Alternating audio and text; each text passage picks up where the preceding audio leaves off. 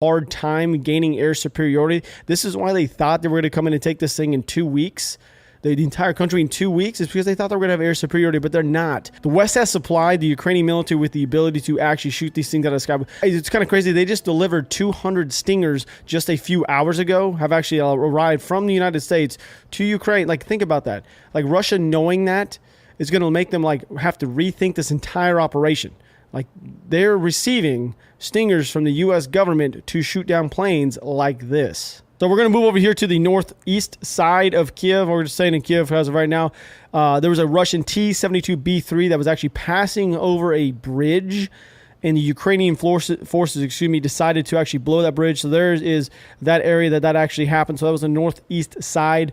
I guess they must have already had these munitions already set up underneath the bridge because, I mean, this thing just drove over the top of it, and they just said, you know what, we're going to go ahead and just set this thing off. And it kind of works in the favor of the Ukrainian forces in two different ways, because now the Russian forces can't utilize that bridge.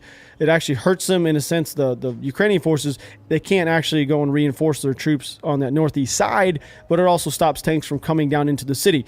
I do know this. I'm going to go ahead and peel over to the other map for us here. So on Kiev, over here, they still have that southern side of Kiev. You guys got to remember, they still have ease of access, and they can get in and out of there. So they can flow civilians in and out, and they can flow stuff into it. All supplies they needed are going to be coming through that south side of Kiev, not the north or the northeast or northwest side, or even really the east or west side. It's mainly just that southeast or southwestern side of Kiev.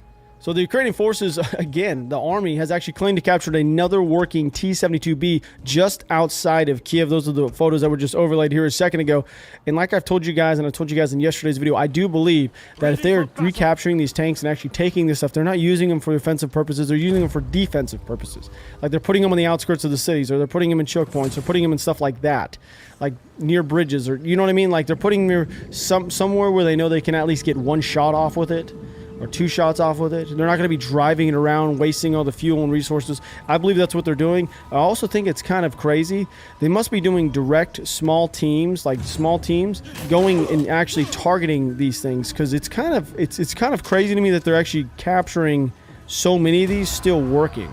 I don't know if they're actually capturing them, or if Russian forces are just leaving them behind, or if they're getting stuck in the mud. That's one thing that's going on. And a lot of you people have asked about the 17-mile-long convoy. You've heard it's been 17 or 40. I don't know. There's a lot of propaganda being put out. But in that one area, everybody knows that they are there. I mean, there's satellite imagery of them being there. But another thing is, this is the wettest time of the year and the worst time to be driving off-road in that Ukrainian region.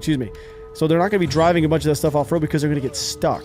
So we're going to move north to Chernihiv right here. As you guys do know, I told you guys that the Belarus military did come in from this westernly side and is actually trying to help them take over that city, but that has not been the case. And just outside of it, the Ukrainian army has stopped another Russian armored push, which ended up with them capturing and destroying 3 modern T-72B3M tanks, as well as a BRM-1K.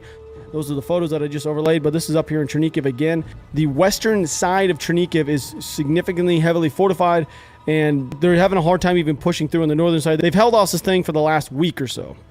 So we're going to scoot east now to Sumy. As you guys do know, they have held it off fairly well over the last week. They haven't been able to push through, at least to my knowledge, at all. The Russian army has actually lost more armor on the south end of the city when the 93rd Mechanized Brigade ambushed an enemy convoy near, I know I'm going to jack this name up, so please bear with me, Moskovsky. So this is the area exactly where that just took place. It's on the southwestern side of Sumy. As you guys can see right here, there is, by the way, I had one of you guys tell me it's actually Kharkiv, not Kharkiv. So there you go. Kharkiv on the southwestern side of Sumy and the northeastern side of Kharkiv. They lost a T-72B3, 2 T-80Us, and a BMP-2, as well as numerous packaged VOG-30 extended range grenades that were made in 2021. So that was where those. So that was the exact area where it had actually taken place. Kharkiv had another major night of shelling, by the way, if you guys don't know this, but they were still standing as of right now, and I have video proof of the aftermath, which I'm going to show you guys, which has happened over the last 12-ish hours.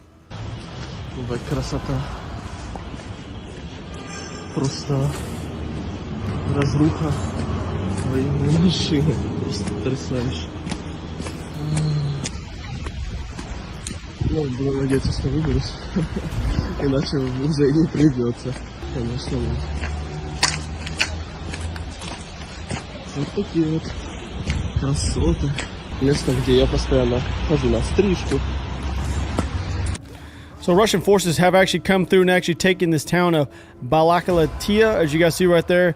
There is some heavily fortified Ukrainian defenses on the eastern side of that city, so they won't be able to push that way. And they have been actually making their way down to the city of Izium. Now, the worry here is that they're going to keep pushing through that and get over here to Slovenia. So I'm going to go ahead and kind of back out here and show you a map from a couple days ago so you guys have an understanding where the defensive positions are set up. That southern side of Slovenia is actually heavily fortified on the southern side. So now I can see why. See how this is the same area? They would want to push through and come down this way because that northern end of Slovenia is significantly less fortified as that southern end. So I can see why they would want to push through there to actually get reinforcements up from the Donetsk region to help their people up in Kharkiv. Now, if that does happen, they're going to have significant problems over there on the eastern side of Ukraine. Now, I'm hoping that they can actually hold them off for the next 24 to 48 hours, but we shall see. Like, this is one of those things we're going to have to wait to play out. Now, the next thing I'm going to tell you guys right now, the Russian troops have actually advanced inside of Volokhanova, which I'm going to go down here. It is in the southeastern region, just north of Mariupol. As you guys know, we have talked about it a few times, but that is it right there. It's actually southwest of Donetsk. Russian troops have actually captured most of the town. According to Ukrainian sources, the entire town is almost completely destroyed.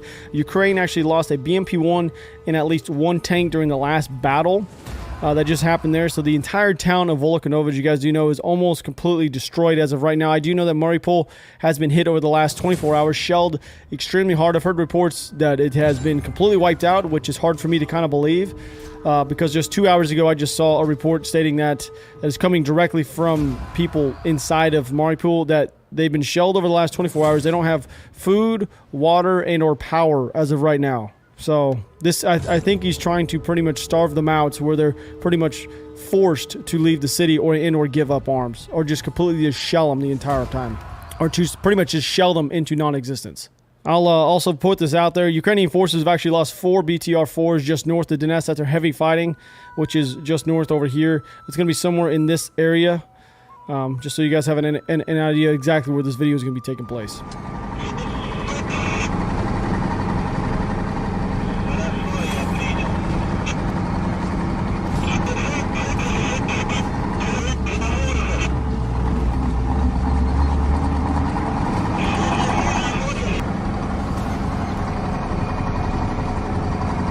So as of right now, Mariupol has been shelled for the last 24 hours. It's looking pretty grim. I do know that this map is not completely correct still. So I'm going to push a little bit east here, or excuse me, a little bit west so you guys can see Tokmak and all these. These aren't correct.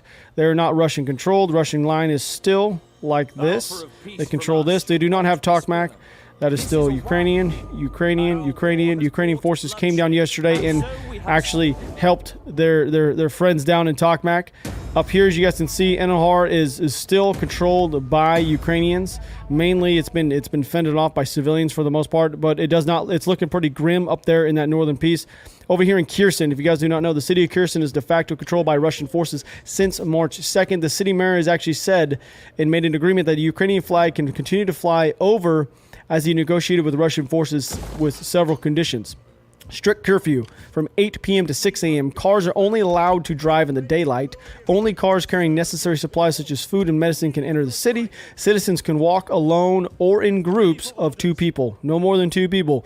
They have to stop when they're demanded, and they must not confront Russian soldiers. Several Russian warships have also left Crimea on Wednesday, which is down here, as you guys do know. I don't know if I need to circle this, which I'll go ahead. But this big little chunk down here. So they've left over there. Probably more, I don't know, I think their port is down here. But anyway, they left down over there, and they're actually making their way to Odessa. And with that being said, the U.S. government has actually put out that they expect them to do an amphibious assault as soon as Thursday, which is today. So over the next 24 hours, they're expecting an amphibious assault, and I actually have some photos, which you guys have seen, along with a video of the ships getting close to Odessa.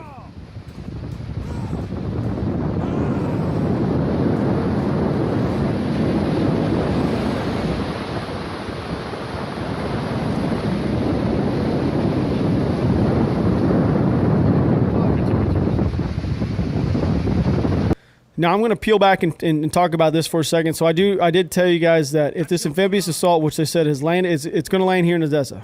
You can see they have moved around Mykolaiv, and they've actually gone north to this town right here. They're not controlling it. There's just an occupying force that's just chilling right there, a Russian one, that is.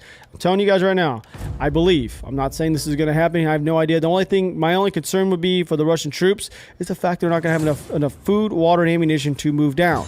Okay, and if they hit any stiff resistance on the way down, they may delay their action, and they may not make it into Odessa in time. So the amphibious assault, if it lands, and they don't have the Russian forces on the north side of Odessa, then they're going to run into even more of an issue, clearly, because they're not going to have forces from the north and the south. Now, I will say this. They may come down at the same time from this area like this and then push like that on Odessa. I could see that happening. I could see one hitting them from the beach and one hitting them from the west side, or one hitting them from the north side, or one hitting them from the east side. I could see that being that really could be a thing. So that's what I expect. This chunk of Russian personnel that you guys saw, troops, go north. I do expect them to actually peel back down south and then try to take Odessa with the amphibious assault that's coming. So make sure to stay tuned. Subscribe if you guys are new. Mainly because I'm telling you guys there's a lot of stuff that's coming out over the next 12, 24 hours, and I will do multiple videos for you guys. I do love you guys. Thanks for hanging out with over here. And I will see you guys here probably in the next 12-ish hours or so.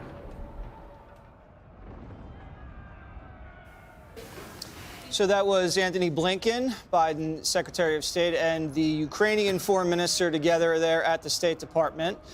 Talking about sanctions, the Ukrainian Foreign Minister thanked the Americans profusely for our full diplomatic, economic, and military support of their country, and kind of hinted that there isn't full unity within Europe. The Foreign Minister said, it's one thing to condemn, but action has to follow a condemnation. So there is some splits that are occurring.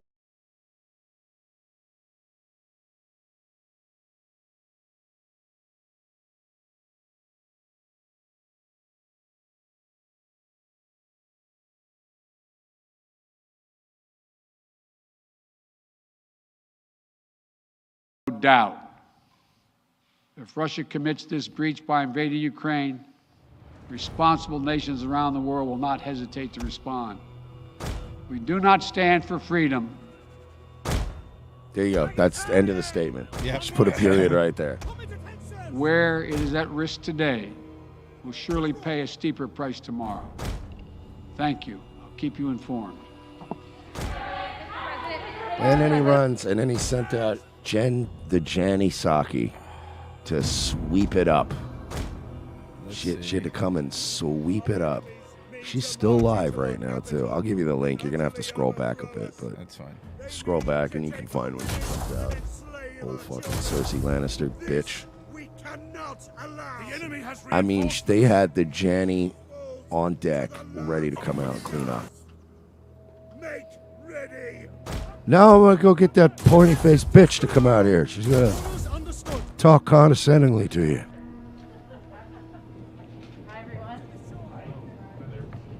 There's our girl. There's our sexy girl. I have 2 items for all of you at the top. Today we have some exciting updates on our competition. For instance, it's going to be Friday's going to be Casual Friday. So, you could wear a Hawaiian shirt or maybe some jeans. And today in the cafeteria, we're going to be having tacos. She just tries to anything to not bring up Russia at all.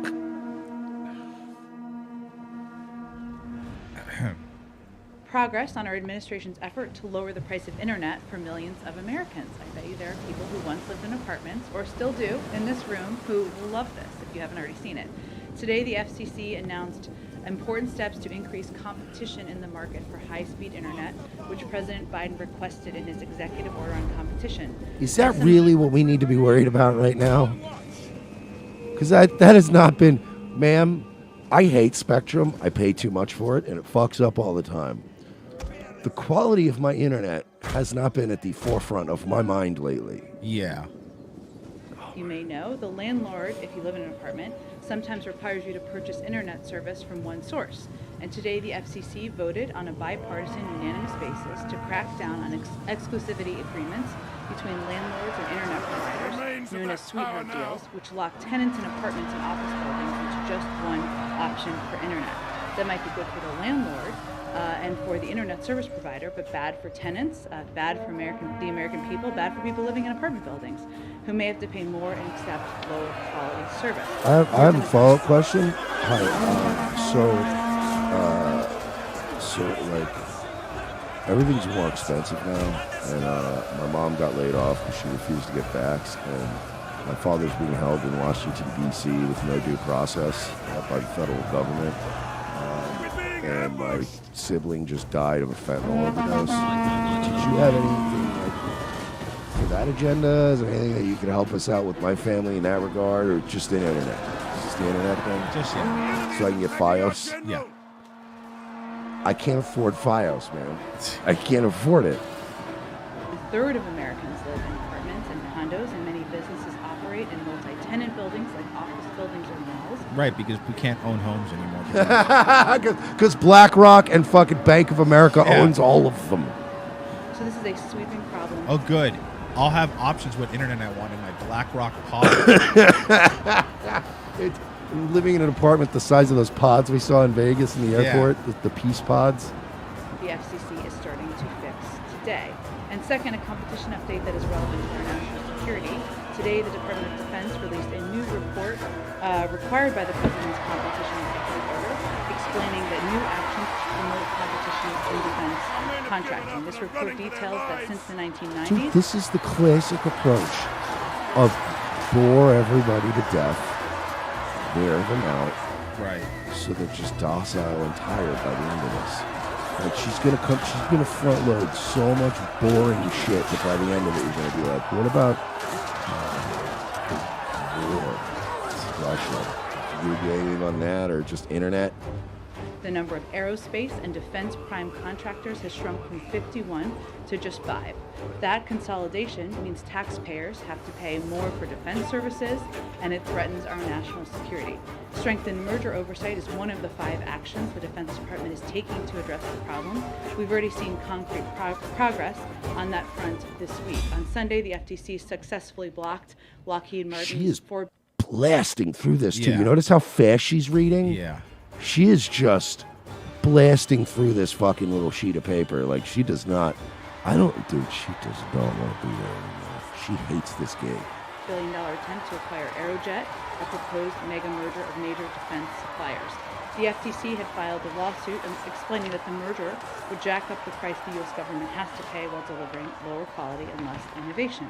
Also wanted to note, last item from me at the top, is we're thrilled the Senate did its job today and confirmed the renowned clinical trialist Dr. Robert Califf once again to the job of FDA Commissioner, and once again on a bipartisan basis.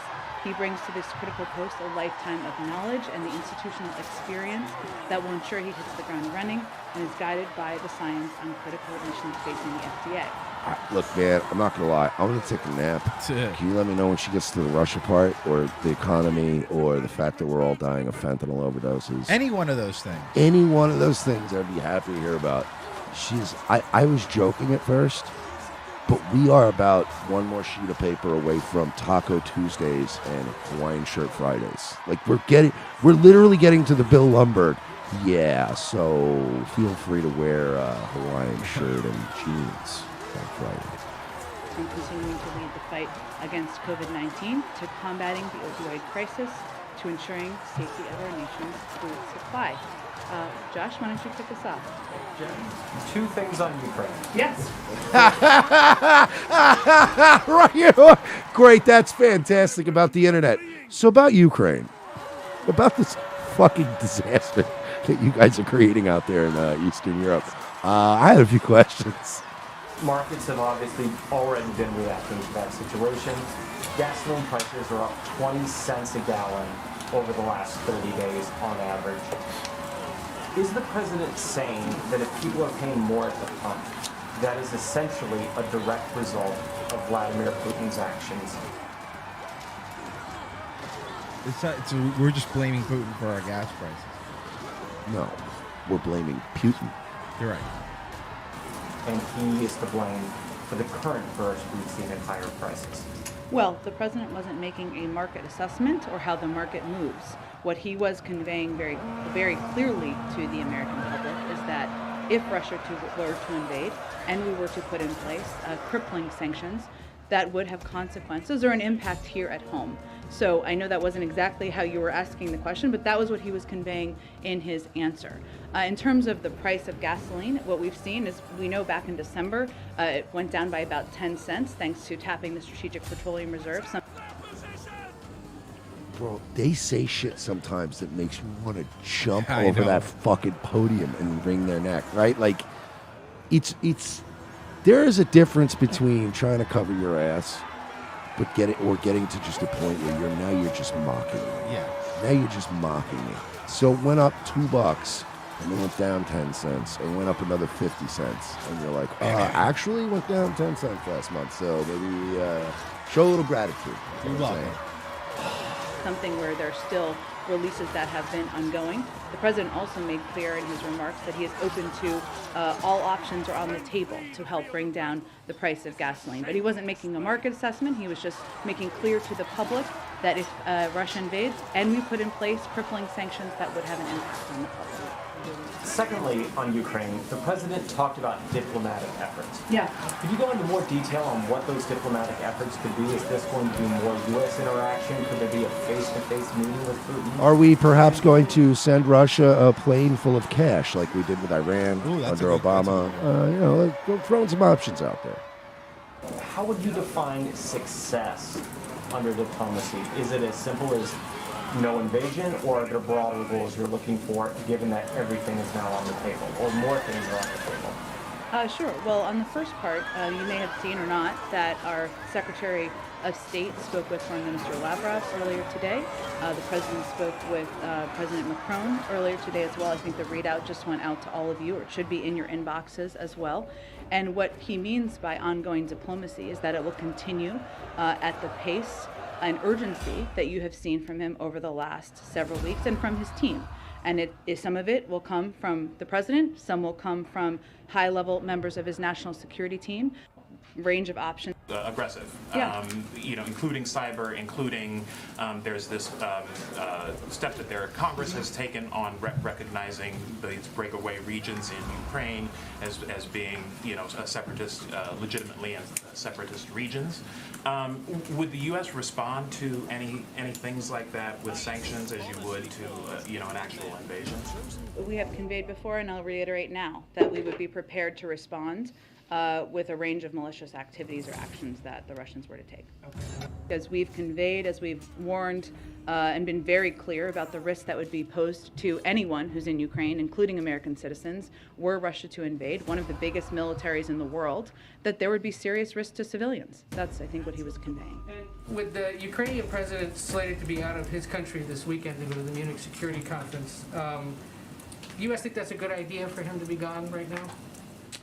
I don't think we have an assessment on that from here. Obviously, the Munich Security Conference is an opportunity for any leader.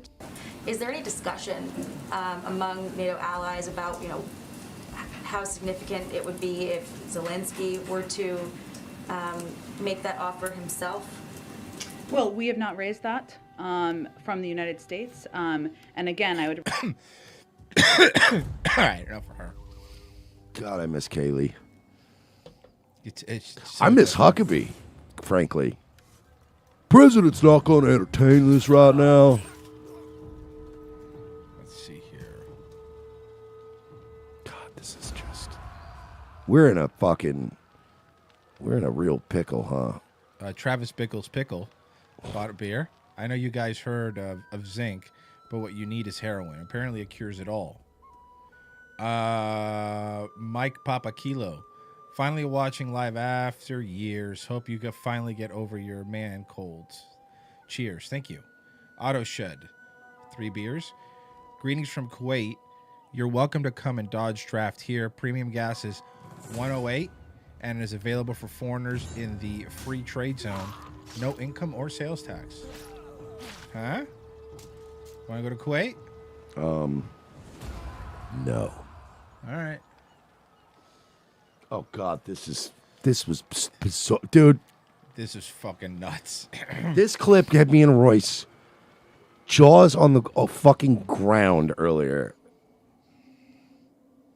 On a new show on WABC Radio in New York, they are exploring the left-right divide and major issues afflicting New York City and beyond. One of the co-hosts is former New York Congressman Anthony Weiner. He spent 18 months in confinement for sexting with a 15-year-old girl. He was released in 2019. He says he's ready to answer tough questions about his own life, the challenges facing the country. He's joining now our friend Curtis Sliwa with a new show, their co-host, The Left versus the Right. Anthony Weiner, thank you for being with us. Curtis Sliwa, always good to see you, my friend. I guess the first question that I have is, you pled guilty, Anthony, to sending obscene materials to a young girl, a 15-year-old girl. You pled guilty, you served jail time. Have you changed? Are you a different person? Well, I think so. I don't think anyone can go through that kind of experience, and I think this is probably true of people who have been through other types of adversity. I don't think you go through that type of experience and don't emerge changed. Well, wait, but Anthony. But why do you have a radio show? And why is Hannity promoting you? And Because he's friends with the other guy that's doing a show with him. The Guardian Angels guy, but that's, I mean, like still, it would be, okay, let's say that, one of our old friends, let's say that like Hammy or somebody was like, hey, I'm starting a new show with a convicted pedophile, but I want to promote the show. There's workarounds, right? We could have you on, like, we'll just downplay the other guy. We'll just talk about, you could come on and talk about how you've got a new show, and we'll let the rest of it kind of work itself out. But this is straight up, hey, can my pedophile buddy come on the show? Can you give him a couple minutes of airtime? And you're like, sure. Wait a minute. So I think it's fairly obvious. That's an obscure answer. I think so. Either you know in your heart if you changed, or you know in your heart if you didn't change. Look, I am not promising that I'm not going to send my dick to more 15-year-old girls, Hannity. And if you want a hard answer on that, I don't know what to tell you, pal. Talk to my buddy Curtis Sliwa. He's wearing a beret. Can you assure people, because you're going to now try and draw in an audience, and they're going to want to know if you changed or not. Have you changed? They can judge for themselves. Can I see your phone? No. Well, then I don't know how I'm going to judge then. Can I see your laptop? No. I'm sorry? You can see my penis. I guess you're just going to have to take my word for it. Now, do you want me to babysit for you or not? Right.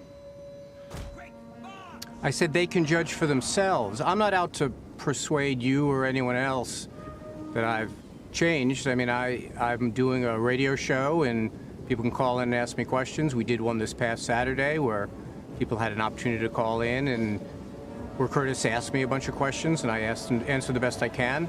But in terms of, like, I'm trying to draw someone in, no, I'm not trying to make someone like me or someone be persuaded of any particular outlook on me. We're going to have some conversations about things going on in New York City and other places, and hopefully people will tune into the show, but I'm not terribly interested in trying to make them feel any differently about me. Curtis, I would say between the two of us, we have anywhere between 60 and 70 years of talk radio experience under our belt, and we've been friends for a long time. One of the things about talk radio is it's a heart medium. In other words, you have to connect with somebody on a visceral level, because they can't see. Men, women, children across the country, we got to connect with them via encrypted texting apps via your laptops. And I'm listening. Leave your laptops in hotel rooms to be picked up by random maids. To Anthony's answer, it doesn't sound that convincing to me. I would think that if it was me, I would want to convince people that I am a different person, that I changed, that I learned my lesson, that I'm moving forward in a different direction in my life. How did you feel about the answers you got? Well, I actually did 2 weeks of programming with Anthony before his life just imploded. People listen to this man talk. Host. Yeah. I talk to Dudo like he sounds like somebody who isn't from New York trying to sound like a New Yorker. Right. I was talking to him over a slice of pizza. You know, we got the best bagels, but we're doing the radio show together. He reveals much of his feelings. I feel he's on solid ground. Our owner-operator, John Catsimatidis, who, as you know, saved WABC from the scrap heap. There would never have, again, have been WABC if he hadn't rescued it. Believes in giving people a second chance. Bill O'Reilly, I can run through a whole list of people who are my colleagues at WABC. The difference is that Bill O'Reilly left drunken voicemails sexually harassing adult women that he worked with, which, okay, granted, probably not a great look, but I can live with that, right? Bill O'Reilly's a fucking asshole, but I can live with Bill O'Reilly's fucking sins. He's just a smug, drunken Irish asshole. right. I can live with that. There's a little difference between, hey, we're turning over a new leaf here. I think everyone deserves a second chance. Not so much when it comes to the sending your dick to kids part, right? Like, I feel like that's a point of no return. God damn, man. Who he's given a second chance. He believes in that. And let's face it, we need to give people a second chance. We saw that in the Trump administration when he cut the jail time of so many people that we didn't realize were being incarcerated 20, 30, 40 years. So I think all of us, Democrats and Republicans, we have come to a conclusion that if you've done your time, if you paid the price for what you did, it's time to come back into the fold. And I must tell you, if Anthony Weiner had not had his personal problems, we wouldn't have had Bill de Blasio for 8 years, who single-handedly destroyed our city. So what you're saying is that I know you're trying to make the argument that Anthony Weiner, if we had had him, we wouldn't have had de Blasio. But then you also have to, if you're gonna operate on that fucking assumption, then you also need to say it's Anthony Weiner's fault for having Bill de Blasio come to power because Anthony Weiner couldn't help but send his dick to an underage girl. Correct. So your logic's a bit flawed there, Curtis. Anthony would have been the mayor, and I'm telling you, Sean, Curtis, you know me, he would have done a much better job. And we've been friends for a long time. I would just recommend, in the sense that if it was something this serious, that there's got to be a let me fall on the sword, admit and tell people what's different about me at this point. You know, I would think going to jail is different. And this is what I learned. And this you is know the what? I got to say, this is also why I hate fucking Anthony Weiner. You know why he's got this job right now? Because he's holding on to a lot of secrets. Yep. So he hasn't changed. He gets a fucking second chance. Jeffrey Toobin gets a second chance. See, you can do whatever the fuck you want if you get to a certain level of political operative. Once you level up to a certain level, that the only reason they're throwing him a check and a job is because he probably made some phone calls and said, yeah, because I fucking remember a couple of things I saw you doing at the parties too. So you want to fucking play that game? And they went, look, I could get you ABC New York affiliate spots. Not much, but you'll be able to pay your you'll be able to cover your nut, no pun intended. And fucking he's not changed. Like, he's gonna do the whole oh yeah, just we all deserve a second chance, and when you pay your fucking pay for your crimes or whatever. But it's like, but you're also sitting on a lot of info that, like, honestly, I would actually have props for Anthony Weiner if he came out and was just like, oh yeah, let's talk about spying on Trump. Oh man, and let me tell you about Epstein Island. You want to talk names? Let's start. Like, if he started doing that, I'd go, I don't know, man. Anthony Weiner's kind of based. He's throwing everyone under the bus. But this is them throwing him a bone. Again, no pun intended. That I got. This is how I'm. Sean, you can. I'm staying Sean, on the if you street want, now. if you want, you can tune into the show and you can hear if that is the way. You're but if on you my say, show now. You say Anthony, to I'm giving someone, you the chance now to I know, do but it. you invited. I know you invited me to come on, and then you say, "Did you change?" Yes, and I answer the question. I said, "I believe that I did. I believe this kind of experience would change any person."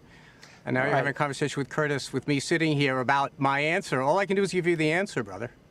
Well, that's your answer. I would have expected a little bit more sincerity, a little more heartfelt, a little more repentant. The word from the. I don't know what to tell you. This guy's the biggest scumbag still ever. Finding shelter. It's almost, if it weren't for the kid fucking or the kid sending dick pic part of it, right? I would almost admire this. It's almost Cuomo levels I don't know what to tell of you. like, yeah, well, I don't know what to tell you. The word from Latin means to change one's heart. And I agree with Curtis. I believe in, I'm not the guy that calls for canceling. But it's not something. What? I know, but I appreciate it.